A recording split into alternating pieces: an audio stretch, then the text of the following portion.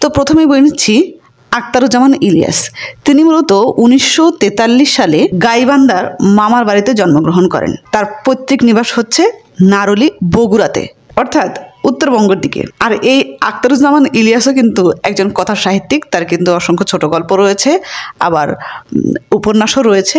তিনি তার জীবনে অসংখ্য পুরস্কার এবং সম্মাননা পেয়েছেন। বাংলা একাডেমি পুরস্কার, আলাওল সাহিত্য পুরস্কার, হুমায়ুন কবির স্মৃতি পুরস্কার, এরকম অসংখ্য পুরস্কার পেয়েছেন। আর তার সাহিত্য মানেই নগর জীবনের মধ্যবিত্ত ও নিম্নবিত্তের জীবনযাত্রা, তারপর হচ্ছে অতৃপ্তি, আত্মদ্বন্দ্ব, অসহায়ত্ব, এই বিষয়গুলো তার গল্পগ্রন্থে রয়েছে।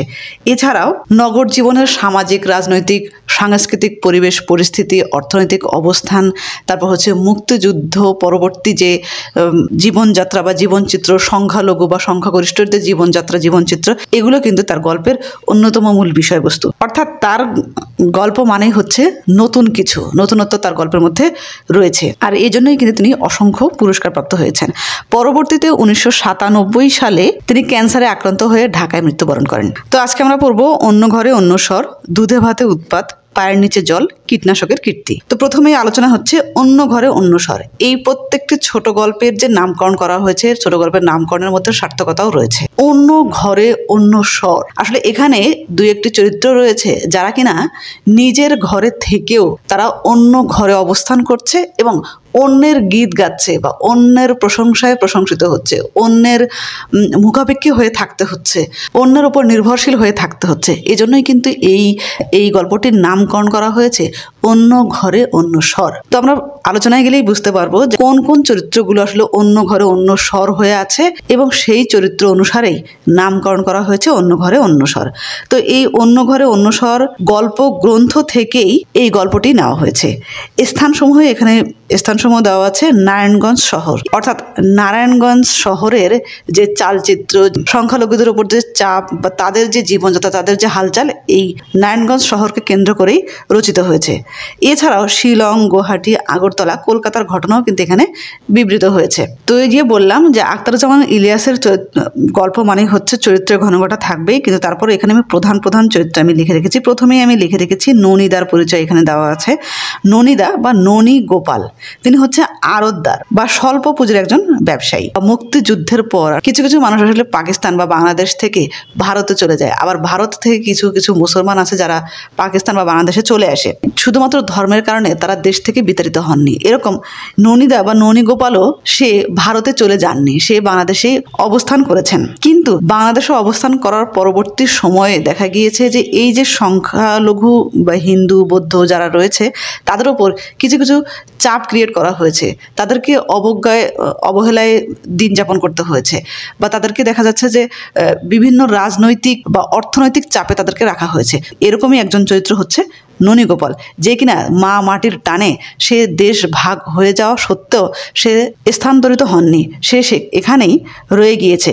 এই রয়ে যাওয়ার কারণে তার উপর যে সামাজিক, রাজনৈতিক, অর্থনৈতিক যে বৈষম্য, এই বৈষম্যগুলো এখানে তুলে ধরা হয়েছে। তো এই ননী গোপাল মূলত একজন আড়তদার। তার আড়তটা মূলত কাঠ এবং চারিদিকে টিনের বেড়া দিয়ে সুন্দরভাবে মজবুত করা রয়েছে। সেখানে দেওয়া আছে শেখ মুজিবুর রহমানের ছবি, এছাড়াও রবীন্দ্রনাথ ঠাকুরের ছবি সম্বন্ধে কিছু হার্ডওয়্যার ফার্মের নামও লেখা রয়েছে। এরকম ভাবে সুন্দরভাবে কিন্তু পরিপাটিভাবে তার আড়তটি তৈরি করা হয়েছে। ননীদা আসলে সংখ্যালঘুর একজন হলেও এখানে লিখে রেখেছি বড় ছেলে অমিত রয়েছে, তারপর হচ্ছে প্রবীর রয়েছে, ইন্দিরা, মন্দিরা, মীনাক্ষী, তার 3টি মেয়ে। এরকম যেখানে পিসিমা চরিত্র আমি দিয়ে রেখেছি, পিসিমাকে নিয়ে তার মোটামুটি একটি বড় পরিবার রয়েছে। আর এই বড় পরিবারকে পরিচালনা করতে গিয়ে সে মোটামুটি হিমশিম খেয়ে গিয়েছে। তার মধ্যে চাঁদাবাজদের উৎপাত, এই সকল কিছু মিলিয়ে তার জীবনটি একেবারে হাহাবিদ্বেষ হয়ে উঠেছে। তো যাই হোক, এই হচ্ছে ননী গোপালের আড়ত এবং তার পরিবার। তো এই সকল কিছু মিলিয়ে যুদ্ধের সময় এদেশের সব শ্রেণীর মানুষ যখন একত্রিত হয়েছিল বা স্বাধীনতায় অংশগ্রহণ করেছিল, স্বাধীন করেছিল দেশটিকে, হিন্দু, মুসলিম, বৌদ্ধ, খ্রিস্টান সকলে মিলিয়ে কিন্তু স্বাধীন করেছিল। কিন্তু এর পরেও দেখা গিয়েছে ননী গোপালের মতো ব্যক্তিত্বের অসংখ্য বা চরম ভোগান্তির শিকার হতে হয়েছে। স্বাধীনতা পরবর্তী সময়েও নিজ দেশে তারা পরবাসী, সামাজিক নিরাপত্তাহীন, অর্থনৈতিকভাবে তারা দুর্বল হয়ে পড়ে উঠেছে, ব্যবসায়িক দিক থেকে তারা সুবিধাভোগী, চাঁদাবাজদের কাছে একেবারেই অসহায় হয়ে উঠেছে।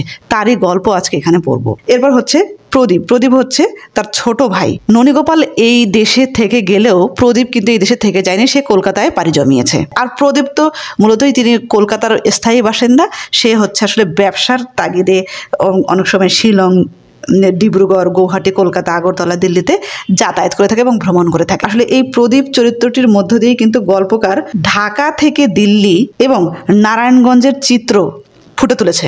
তো যাই হোক, এই প্রদীপ মাঝে মাঝেই বেড়াতে আসে। প্রদীপ যখন আসে তখন প্রথমেই সে ননীগোপালের আড়তে চলে যায়। আড়তে গিয়ে দেখে যে ননীগোপালের যে কর্মচারী রয়েছে সেই কর্মচারী আবার দেখা যাচ্ছে তাদেরকে মেনটেন করছে। এরই মধ্যে দুজন ছোকরা, এই যে একজন ছোকরার নাম দেওয়া রয়েছে কামাল, তো এই দুজন ছোকরা এসে তারা চাঁদা আদায় করছে।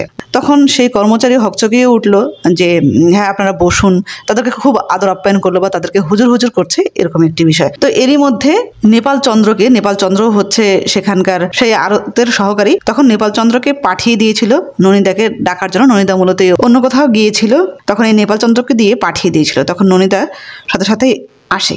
আসলে প্রদীপ যে সেখানে বসে রয়েছে, তার ছোট ভাই যে সেখানে বসে রয়েছে ননীগোপালের, সেই দিকেও কোনো খেয়াল নেই। সে আসলে এই কামাল বা এই দুজন ছোকরাকে দেখে মানে হুজুর হুজুর করতে লাগলো। এই ছোকরা দুটো আবার মানে মোটামুটি 18 থেকে 19 বছর বয়সী হবে এরকম, কিন্তু তাদেরকেও ভাই সম্বোধন করতে হচ্ছে এই ননীগোপালকে। তারা আসলে এই দুজন আসলে ফুটপাতের ছেলেপেলেদের বা উস্কো খুস্কো চুল এরকম টাইপের, অর্থাৎ মাস্তান টাইপের লোক ছিল।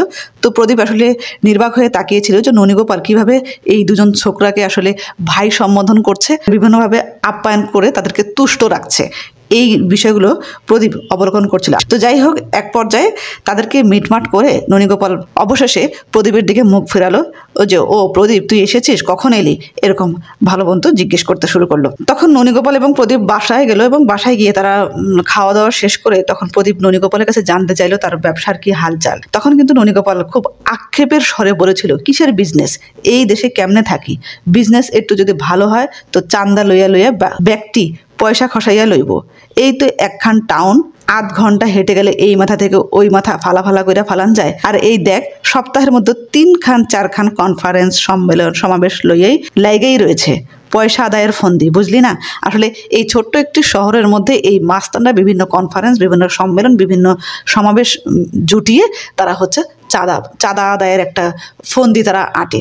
তো এভাবেই কিন্তু ব্যবসার যে আসলে ননীগোপালের খুব বেশি লাভবান হয়ে থাকে এরকম বিষয়টা না। আসলে খেয়ে দিয়ে মানে পরিবার নিয়ে কোনো মতে তাদের জীবনযাপন করতে হচ্ছে বা দিন যাপন চলছে, এরকম বিষয় তিনি প্রদীপের কাছে ফুটে তুলেছেন। তো যাই হোক, এভাবেই কিন্তু ননীদা এবং প্রদীপ তারা দুই ভাই হচ্ছে তাদের ব্যবসা, বিজনেস হালচাল এগুলো নিয়েই কথা বলছে। তো এই হচ্ছে ননীদা গোপাল এবং প্রদীপের পরিচয়। এরপরে হচ্ছে আমরা পিসিমাকে দেখি। পিসিমা হচ্ছে সাবিত্রী, এই ননীগোপালের বাসায় থাকে। ননীগোপালের বোন নয়, এখানে হচ্ছে ননীগোপালের পিসিমা। তো এই যে ননীগোপালের পরিবারের একজন, এই হচ্ছে পিসিমা, ননীগোপালেরও পিসিমা, প্রদীপেরও পিসিমা। তো যাই হোক, এই পিসিমা মূলত মৃত বড় ভাইয়ের, অর্থাৎ ননীগোপাল এবং প্রদীপের যে বাবা রয়েছে সেই বাবার দেশপ্রীতি, স্নেহ, পুরানো স্মৃতি আর পূজা কৃষ্ণ কীর্তন নিয়ে বাড়ির পুরনো একটা দালানে সে বিচ্ছিন্ন দ্বীপের মতো বসবাস করে। এই অস্তিত্বের সংকটে বিপর্যস্ত হয়ে যাওয়া ননীদার সংসারের পিসিমা সত্যি এক সেকেলে স্বর বলা হয়েছে। অর্থাৎ এই পিসিমা কিন্তু এই সংসারে থেকেও সে হচ্ছে ননীগোপালের যে বাবা বা প্রদীপের যে বাবা রয়েছে সেই বাবার দেশপ্রীতি বা তার স্নেহ, তার পুরনো স্মৃতি নিয়ে সে বেঁচে আছে।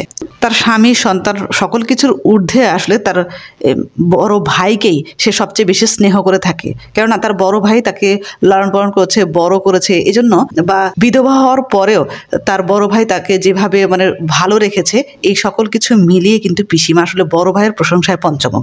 আসলে সে অন্য ঘরে থেকে অন্যের প্রশংসায় বা অন্যের গীতে সে সবসময় মুখর হয়ে থাকে বা অন্যের মুখাপেক্ষী হয়ে থাকে, ননীগোপালের বা অন্যের উপর নির্ভরশীল হয়ে থাকে। তো এরপরে হচ্ছে কামাল। এখানে কামালকে আমরা দেখেছি যে ছোকরাদের একজন। নেপাল চন্দ্র হচ্ছে ননীগোপালের কর্মচারী, অমিত হচ্ছে তার ছেলে, প্রবীর, ইন্দিরা, মন্দিরা, মীনাক্ষী। এই বড় ছেলে অমিত হচ্ছে কলেজ পড়ুয়া, যার রুমে এসে প্রদীপ যখন রাতে ঘুমিয়েছিল সেখানে পর্নোগ্রাফির একটি ছবি দেখেছিল, যেটি দেখে আসলে নিজেই সে উত্তেজিত হয়ে গিয়েছিল। অমিতের মধ্যে আমরা নৈতিক অবক্ষয়মূলক একটা সমাজ ব্যবস্থাকে দেখি। প্রবীর হচ্ছে ক্লাস 8-এ 2বার ফেল করে এবং 5-এ পড়ুয়া হচ্ছে মন্দিরা, ছোট মেয়ে মীনাক্ষী এবং ইন্দিরা। এরাও যে আসলে স্বাধীন দেশে বসবাস করতে পেরেছে বা স্বাধীনভাবে বসবাস করতে পেরেছে গেছে এরকম নয়।